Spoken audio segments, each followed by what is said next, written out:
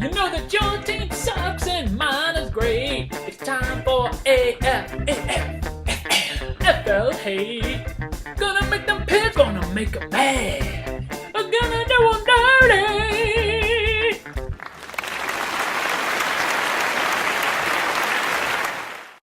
AFFL Week 4 preview. Picks are 9-9 on the season. Shamefully bad. Little bit of tension bubbling up in the league this week. Things were getting nasty. Name calling, denigrations of other people's intelligence, questioning of folks' best interests, all at play.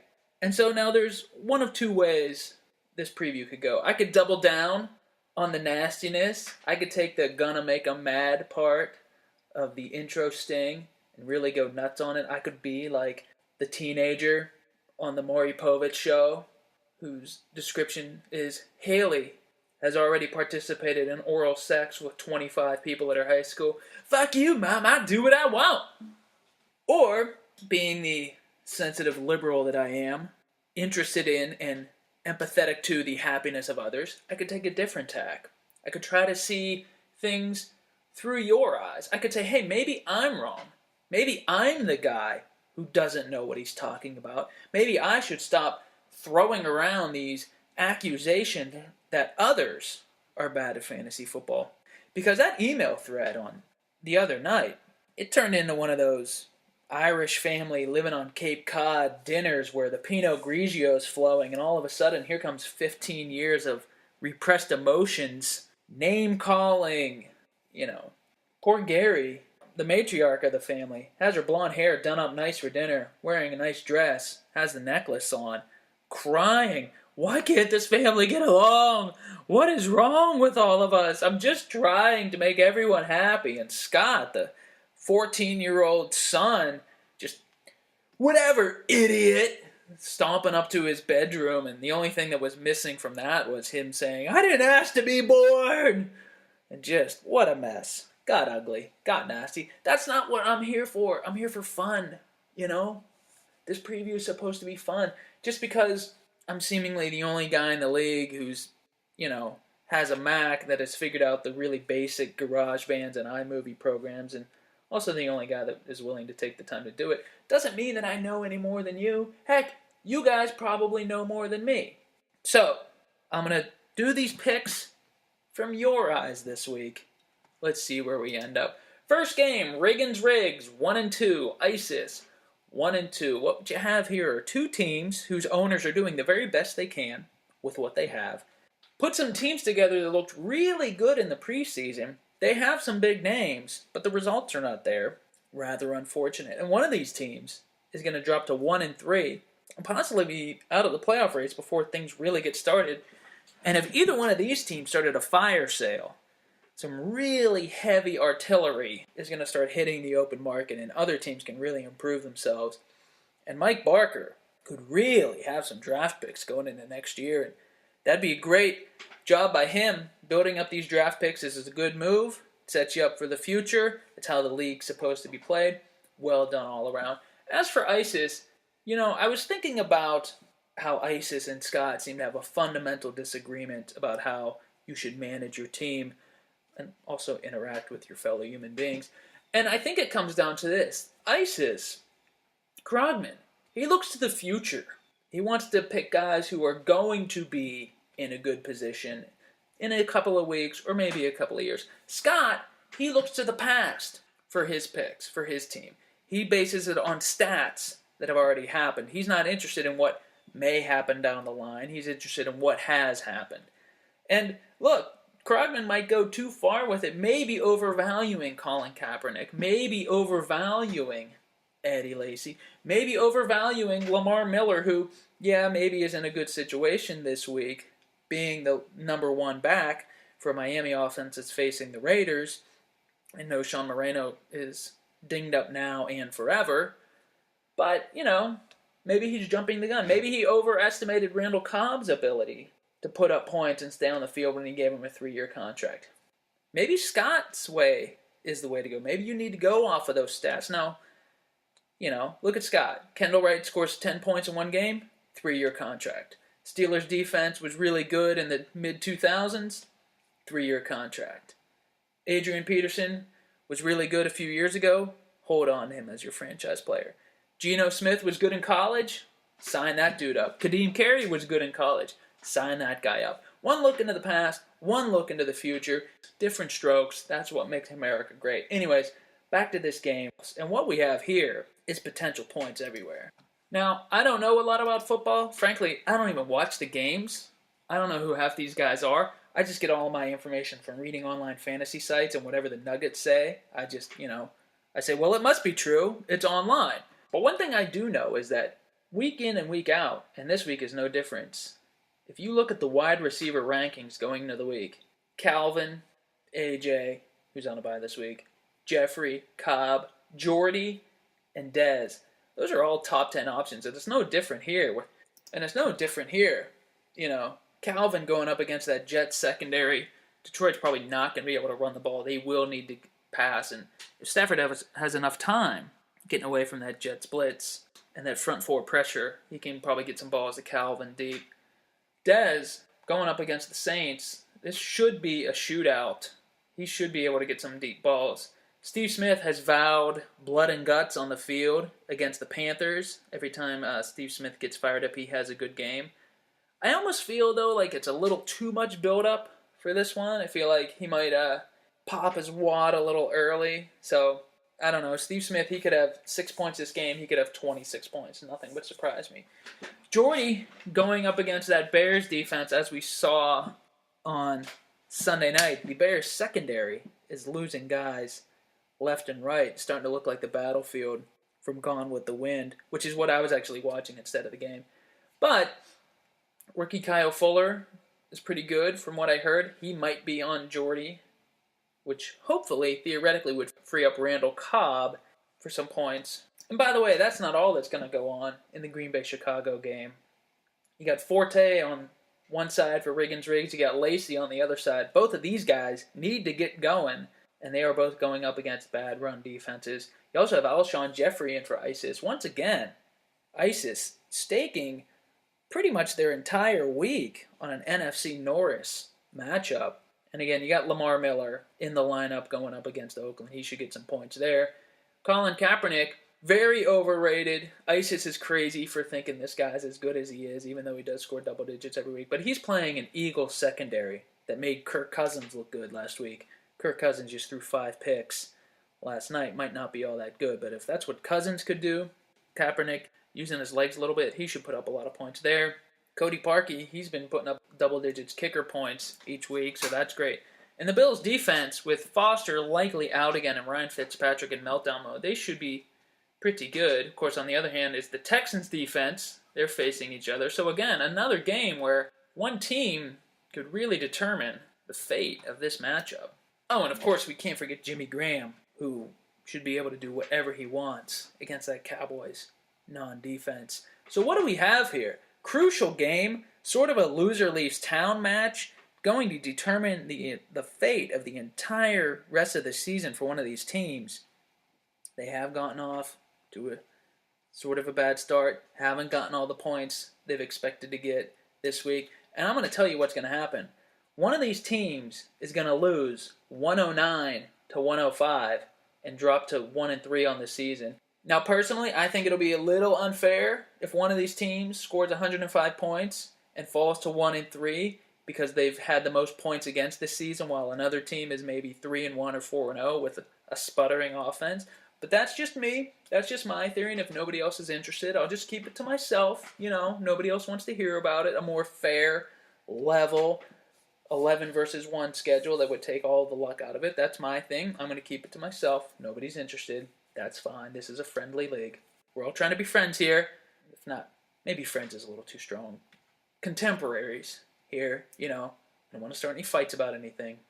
I say it's basically a wash in the backfield and at the wide receiver, tight end positions. ISIS has the advantage with Parkey over Murray. Slight advantage with the Bills over the Texans. And I think kind of a big advantage with Kaepernick going up against Teddy B. I like Teddy B now and in the future. I don't think he's going to put up a lot of points in his first ever NFL start. By the way, interesting note here, with Dalton on a bye and Locker being terrible / hurt this week, Riggins-Riggs needed a quarterback, and they needed to find somebody on the free agent pile. Nice pickup with Teddy B. I like him, especially if you're keeping him for the future. But if you went to the quarterback free agent listing, the number one quarterback available was Eli Manning. Now, I'm not suggesting that Riggins should have picked up Eli Manning. I probably wouldn't have picked up Eli Manning. It would have been a fluke had he did pick up Eli Manning. I don't have any knowledge that he was even considering picking up Eli Manning. But if he did, 32 points last night for Eli Manning. That's just how fantasy football works. Pretty much, whatever you do is the wrong move. So I say ISIS, 109, Riggins-Riggs, 105. Tough loss for Riggins-Riggs. Super unfair that they dropped to 1-3 on the season. They're just doing their best. But ISIS, with a big win, once again starts to strike fear in the hearts of the AFFL.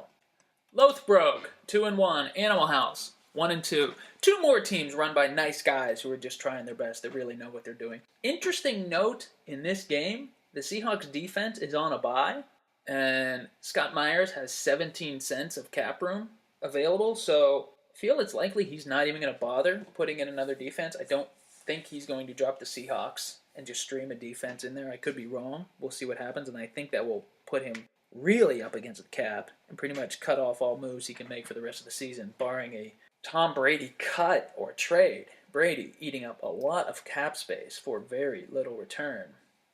Here's the problem. Not another quarterback on this roster, so Scott Myers is going to have to find one somewhere else. May I recommend Eli Manning? However, like I said, I do think Animal House is going to stand pat with the no defense, and frankly, I'm fine with that. I think we have this flare up every season, and every season I point out that defenses, sometimes they score 1 point, sometimes they score 15 points. Really can't be predicted, so what's lost there? And besides, Gary had Pete Garçon play last night and only put up 2.8 points in a losing Washington effort. And that's frankly like having a zero at the position, so it nets out. Both teams, 7 guys yet to play, 420 player minutes remaining, and it's 2.8 to 0. Frankly, it's a wash. Now, as for the game, Luck going up against Tennessee, I like that a lot better than Brady going up against Kansas City. The one thing that could hold Andrew Luck back in this game, Charlie Whitehurst is going to get the start for the Titans, most likely. At least that's what I've read online. And there's a chance that Indy could get out to such a big lead early against the extremely bad Charlie Whitehurst that they're just handing off in the second half, suppressing Luck's points. Donald Brown against Jacksonville, from what I've read online, he's going to get a lot of carries because Woodhead and Matthews are hurt, but for what I've seen with my own eyes is that he's not very good. So even with Jacksonville being terrible, but here's the thing, Jacksonville is so bad that San Diego is likely going to be running clock in the second half. A lot of carries for Brown. He might actually have a good game there. Cordero Patterson, he's the focus of the Vikings offense. How much is Teddy going to be able to get him the ball? I mean, really just got to throw a screen. Let Patterson do the rest. Julian Edelman, double-digit points every week so far this season. Why not again this week? Mike Wallace going up against Oakland. We'll see if Wallace can get deep there for some points. And then the Patriots defense. I do feel like they will outscore the Seahawks defense this week. Although it would be absolutely incredible if the Patriots managed to put up a -1 and the Seahawks defense actually won that position. As for Animal House, Le'Veon Bell is going to be great against the terrible Bucs defense. Macklin should be pretty great against that Niners secondary, but Charles is supposed to play but is dinged up. Roddy White is supposed to play but is dinged up. Andre Johnson is going to play, but Ryan Fitzpatrick is his quarterback, so he's essentially dinged up. I just think not enough going on for Scott Myers, and really not looking too much better for the future. Not a lot of options on the bench, not much cap space to make some moves. Has to bite the bullet and move Brady at some point. At least that's my personal opinion. He might see it differently, and if he does, that's okay. Lithbrick gets out to a stunning 3-1 record, proving that I have no idea what I'm talking about when they win this one, 89-72. Timmy doesn't have any friends, 1-2. Sigmund and the Sea Monsters, 1-2. Scott won the title last year, had the most points scored the year before. I haven't even won a playoff game yet, even though I've made the playoffs 2 out of the 3 seasons I've been in the league. So, let's give Scott the respect he is due. He's such a good manager that he's figured out to play Timmy. I can't do this anymore. I'm sorry. I can't pretend that your teams are not terrible and that I'm not significantly smarter than all of you. I don't care if it's going to take some time for that to come out in the wash. I don't care that you all are incredibly impatient. I can't tell you how mad I'm going to be this week if I score over 100 points but lose and fall to 1-3 while somebody out of this shit fest between Scott and Tim goes to 2-2 on the season. I'll be almost as mad, but not quite, if I'm 2-2, but have the same record as one of these fucking bus crashes of a team. This is ridiculous. It's so preposterous that I have to face an amazing, excellent, high-scoring team this week to try to keep my season alive. Well, one of these two fucking dingbats with their awful, awful rosters manages to stay alive in the playoffs. It's preposterous. Let's look at these teams. Well, first of all, let's get the inevitable controversy out of the way. Tim's kicker, Greg Zuerlein, is on a bye this week. What's interesting is 5 of his 6 bench players are also on a bye, and one of them is Peyton Manning. The other is his franchise player, Jordan Cameron. The other is Michael Floyd, who's actually been really good this year. And I feel like my guess is that Timmy is not going to bother dumping Jacquizz Rodgers to pick up a kicker to fill out a full roster this week. My further guess is that although this would be an excellent time to just cut Greg Zuerlein and get away from that ridiculous 3-year contract he has and free up that 3-year spot for maybe Michael Floyd, who would be worth that contract, and just put a new kicker in there, Timmy won't do that. As for the rest of the lineup, Ben Roethlisberger should have a really good game against a terrible Buccaneers team. Niall Davis in the starting lineup. Here's the problem. Jamal Charles is probably back, so he'll be splitting carries at best. Don't look for a lot there. Reuben Randall and Deshaun Jackson played last night, so Timmy is down 3 roster spots at the moment. Maybe 2 if he manages to put a kicker in there. He only has 9.8 points. Kelvin Benjamin, he is great, but he's going up against Baltimore. We'll see what happens. Baltimore might be able to put a little bit of pressure on Cam. And Anquan Bolden, maybe he'll score some points, maybe not. Lions defense, all right, maybe they'll do something against the Jets. Fine. As for Scott, this will be the one game where Drew Brees puts up a lot of points like he's supposed to, like he did in the past with all those stats that Scott loves so much. Brees is a Texas boy. He's going home. He's going into the Dome. And how many times have we seen other quarterbacks come in to Jerryland Sunday night primetime and just light up the scoreboard? Look for some points out of Brees and Thomas. Kendall Wright, if Charlie Whitehurst is in, I feel like he's going to continue his trend of scoring 5 or fewer points. Eddie Royal, hey, he caught 2 touchdowns last week. He must be good, right? Well, he might have an okay game playing against Jacksonville, or maybe those 2 touchdowns were just a fluke. Torrey Smith, so far this season, he's put up 5, 1, and 2.5 points in his game. I don't see anything changing here, especially with Flacco making a point. Force feed Steve Smith the ball like the devil force feeding Homer every donut in the world, because if he doesn't, Steve Smith will probably fight him in the locker room after the game. Martellus Bennett, okay, here's the way this one goes. He's either going to catch 2 touchdowns for a combined 10 yards and score 13 points, or he's going to be totally out of the lineup and score 2 points. Gostkowski, maybe, who knows. Steelers defense, they lost a lot of guys, and while the Buccaneers are terrible, Mike Evans is coming on nicely.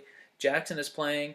Doug Martin, who hasn't been great, is back, but I'm sure he can find some creases to run on the Steelers defense. And Mike Glennon is not terrible, so the Steelers defense is not going to put up a lot of points. So what you have here is a bus, and the bus driver has diarrhea, and then he passes out, and he crashes the bus into a brick wall, and the bus catches on fire, and the only way for the passengers to get off of the flaming bus is to walk through the front of the bus where there's diarrhea all over the floor, and one of these teams is going to be 2-2 at the end of this one, and it's a total goddamn outrage is what it is. I say that, all right, let me compose myself. This team is terrible. I say Scott gets another win because he's playing Timmy. Wouldn't it be nice if we could all play Timmy every week? I say Timmy doesn't have any friends. 68. Sigmund and the Sea Monsters, 61. Way to go, guys. Oh, man. Sorry. Let me have some tea and calm down. Let me move on to the next game. See if that helps my improve my outlook a little bit. The Whitechapel Rippers, 3-0. It's always running in Philadelphia. 3-0 with the second fewest points scored this season. Sorry. That's my fault. Let me pull this back in a little bit. Okay, what do we have here? For Whitechapel, Matt Stafford. Bad game last week. A lot of pressure got in his face. We saw the bad Stafford come out. He only scored about 4 points. The Jets will get a lot of pressure on him. There's holes to be had if he can do it. We'll see what happens. Doug Martin is back. I'm actually going to be at this game in person with the Shucktises up in the 500 section, so we'll have a bird's eye view of all those creases that Doug Martin is finding in our now depleted Steeler defense. I actually expect him to have a pretty good game here. Shane Vereen going up against Kansas City. Not going to be too much there, but Julio going up against Minnesota. The only problem there is that the Minnesota defense has been okay with holding teams down, and remember, this one's actually outdoors. It's not in a dome because Minnesota's waiting for their new taxpayer ripoff to be constructed, and this year they're playing at the University of Minnesota Outdoor Stadium. Brandon Cooks, from what I've read online, he has the second most targets from Drew Brees after Jimmy Graham. I feel like he is going to get a long touchdown against Dallas. And Vernon Davis is back. He's going to get some points. Dolphins defense going up against Derek Carr. Should be some points there. By the way, you're welcome, London. To get you in the mood for potentially having an NFL franchise one day, here are the Dolphins versus the Raiders. Sort of the Scott versus Timmy game of the NFL. As for running, Matt Ryan, I just mentioned he's going outside. Minnesota defense has been pretty decent at holding other teams down. Shady, only 2 points last week. He was concussed, but gosh, not concussed enough to be out for the actual game. But Niners defense having some troubles. Still doing okay against the run, but maybe Shady gets his points here. Bradshaw going up against Tennessee. Maybe. I mean, he is pretty much the number one back for Indy, and they should be looking to run out the clock. Frank Gore, I think he got like 5 carries last week, and one thing we see over and over in the league is that when coaches have too few carries for their star back, they give them too many carries the next week. I also feel like San Francisco is going to want to take some time off of the clock, keep the Philly offense off the field. So I'll look for Frank Gore to have a good game. I look for Vincent Jackson to have a good game with no Ike Taylor on the field. And DeAndre Hopkins, he's coming along. We'll see if Fitzpatrick can get him the ball. Kai Forbath, only 2 points last night. That's a tough break from the kicker spot. What can you do? By the way, credit to Brian Barker for not buying into the Kirk Cousins hype too early and putting him in the lineup this week over Matt Ryan. Only 4.7 points. But all in all, I think the runny, fraudulent train ride comes to a stop this week. Whitechapel, 92. It's always runny in Philadelphia, 82. S. Tanner, 1-2. Gak, 1-2. Injuries and buys taking a toll in this one as LeGarrette Blount, Darren Sproles, Matt Asiata, and Alfred Blue all draw into the starting lineup here. Oh my goodness, this is a rough one. Romo, at home, going up against the Saints. He will have to be passing the whole game to keep pace with the Saints. Sometimes that's good, sometimes that's bad. We shall see. LeGarrette Blount, if he gets some fourth quarter carries and happens to break off a 40-yard touchdown run, he'll have a good game. Barring that, he probably won't do much. Darren Sproles had a good week 2 weeks ago, down week last week. That means he should be back a little bit this week. Matt Asiata, I'm aware that Adrian Peterson is not playing this week. I feel like Matt Asiata is still not a great option. You take away that 48-yard touchdown swing pass he caught against the Patriots, which apparently you're allowed to do when constructing an argument against other players. He has 25 carries for 71 yards and 11 fantasy points total on this season. I don't see what's going to change this week against the Falcons. Colston, maybe he'll get a touchdown. If not, he'll have about 3 points. Dan Bailey, Dallas kicker, he's actually going to get a lot of action. Nice move this week for Astan. Look for double digit there. Falcons defense, they're not great, but it's Teddy B's first game, and we've seen rookies struggle in their first game, so we'll see what happens there. For Hagak, trade target Phillip Rivers draws into the lineup for the first time. Jay Cutler goes to the bench. Green Bay has a bad defense, but Jacksonville has a worse defense, so that's a nice move there. DeMarco Murray, the number 1 running back in the league, going up against the Saints. Nice points there. Alfred Blue, come on, what do you want me to say about that? Ridley, maybe he's due for a good game again. Maybe he's not. Impossible to predict Patriots running backs. Kansas City might be okay at home on a Monday night. They're certainly going to be fired up. And how many times have we seen the home dog on a Monday night game pull off the surprise upset? Golden Tate, I like him a lot. He's having a great year so far, double digits there. T.Y. Hilton could be good if he actually plays this week. It looks like he's going to. Robbie Gould, a lot of points for Chicago against Green Bay, you would think. Packers defense, a lot of points for Chicago against Green Bay. You would think. That's not so good for Gak here. But that should matter not, because Ass Tanner just does not have enough to really tan that ass this week. I say Hagak, 101. Big game. Nice job, guys. Ass Tanner, 74.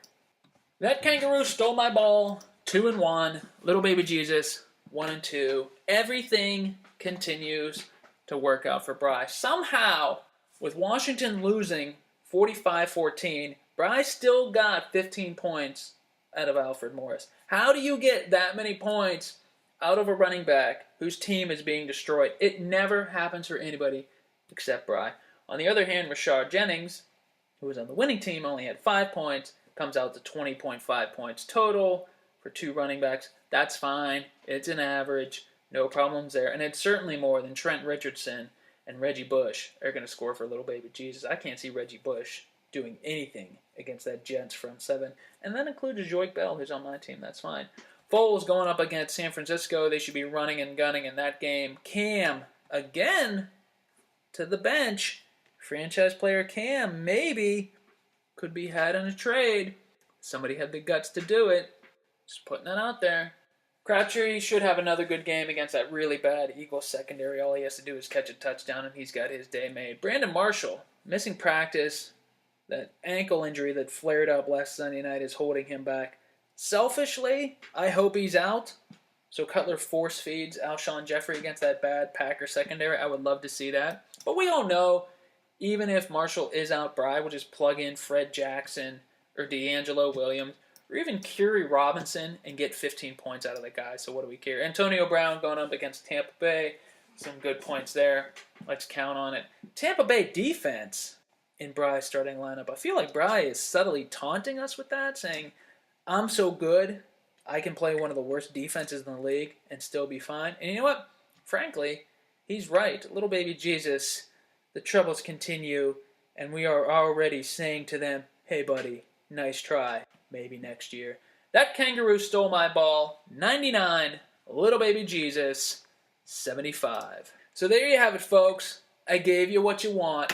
I teed myself up on a pedestal. You can all come try to knock me off. Yeah, it's going to be so much fun for you guys to be sending me emails Sunday night when Dez and Jimmy Graham are making up ground on me in a hurry. When I'm in a tough battle against one of the better teams in the league and I'm fighting for my life. While some of you have gotten fat playing complete jokes of teams. And that's fine. I'm here. I'm ready for you. I'll see you Sunday night after I put up 109 and win and put this league back in its place. And as for all you shit teams out there that I called shit this week when I pointed out that you were shit, you don't like it? Go make your own podcast. I'm sure we'll all be waiting to hear it.